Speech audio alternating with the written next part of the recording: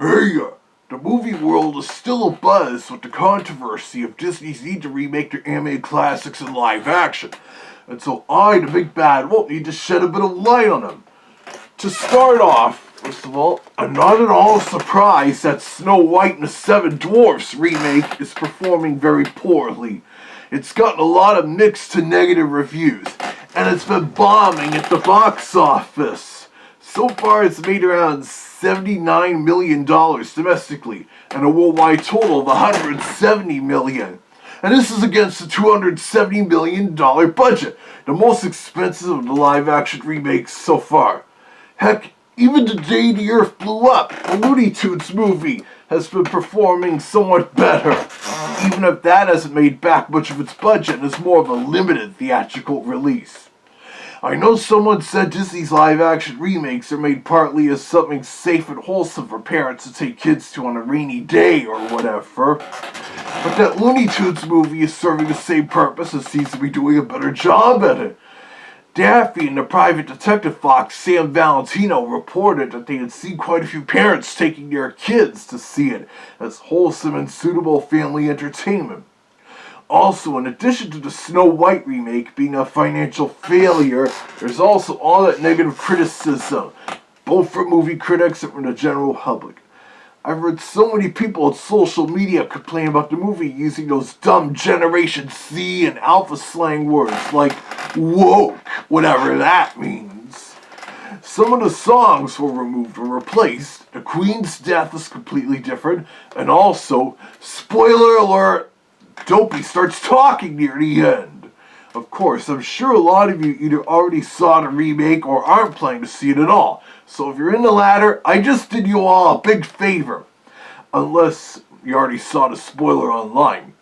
I still remember in my day, when the original animated classic was being made, several people thought it was going to fail and called it Walt Disney's Folly. Keep in mind, this is the world's very first full-length hand-drawn animated feature, and considered a huge financial gamble, produced on a $1.5 million budget. And when you adjust it for inflation, it's the equivalent to nearly $33 million in today's money. But it ended up being a huge success, becoming the highest-grossing film of 1938. My, how the tables have turned, with a live-action remake of an animated classic somehow becoming Disney's Folly. And this poor reception and revenue led to Disney stopping development and pre-production on their live-action remake of Tangled.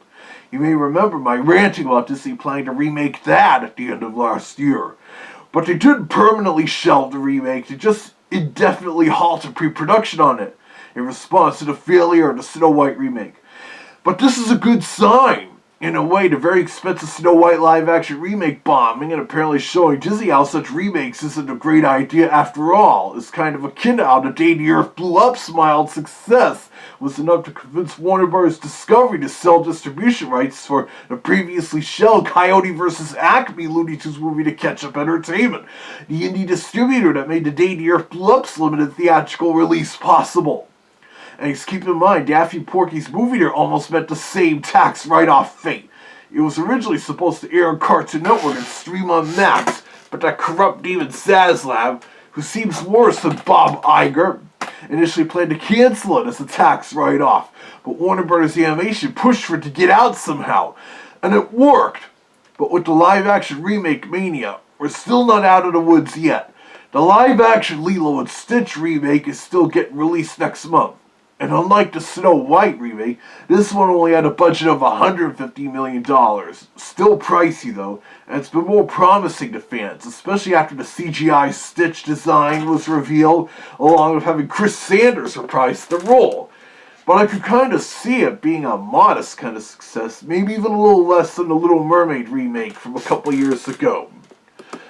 Also remember that in 2019 when the Dumbo remake was a bomb at the box office. But then after that they released the Aladdin and Lion King remakes to big success. And when the Lion King became the highest grossing animated film in the world, it was the worst moment in theatrical animation ever. At least until last year when Pixar's Inside Out 2 finally surpassed that. Thank goodness. In a way, the old novelty about seeing Disney's animated classics reimagined in live action is pretty much worn off. And nearly 6 years ago, after that Lion King remake came out, people have caught on to them being inferior, with social media playing a big part in that. It's like they're now aware of what Jay Sherman, the critic, once said about bad movies. If the movie used to be a TV show, just don't go. After Roman numeral 2, give it a rest. If it's a remake of a classic, rent the classic. Yep, funny how that speech from 31 years ago is still relevant to this day. I should know. Rather than waste money in that live-action remake, Zach chose to instead watch the original animated classic. Not on VHS, but you get the idea. Also, the live-action remake, we still have that Moana remake coming out next year, and the original animated version would only be 10 years old by then. Jeez! There's also still word that they're remaking Bambi, The Sword and the Stone, The Aristocats, Robin Hood, and Hercules. But I haven't really heard any future development on them, so it's likely they're still development hell. Especially if they were to remake Bambi with that same photorealistic CGI animal method as the Jungle Book and the Lion King remakes did. But if Robin Hood does get remade, since it's meant to be a Disney Plus exclusive, then I think Zach Wolf or Sam Valentino or me should host a screening of it at a future Ant for New England or for Apocalypse, so we can all riff at it. Now that could be fun. Then again, the Walt Disney Company no longer sees Disney Plus as a priority for most of their new content to be made for, compared to after the COVID-19 pandemic broke out and they redirected most of their efforts to there. Even the Wonderful World of Mickey Mouse follow-up series of Paul Rudish's wacky take on the Sensational Six, where I got to star in an episode.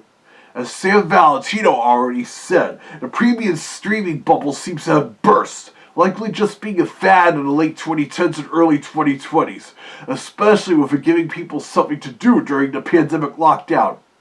Heck, that Lilo and Stitch live-action remake was originally supposed to be a Disney Plus exclusive, but now it's getting a theatrical release.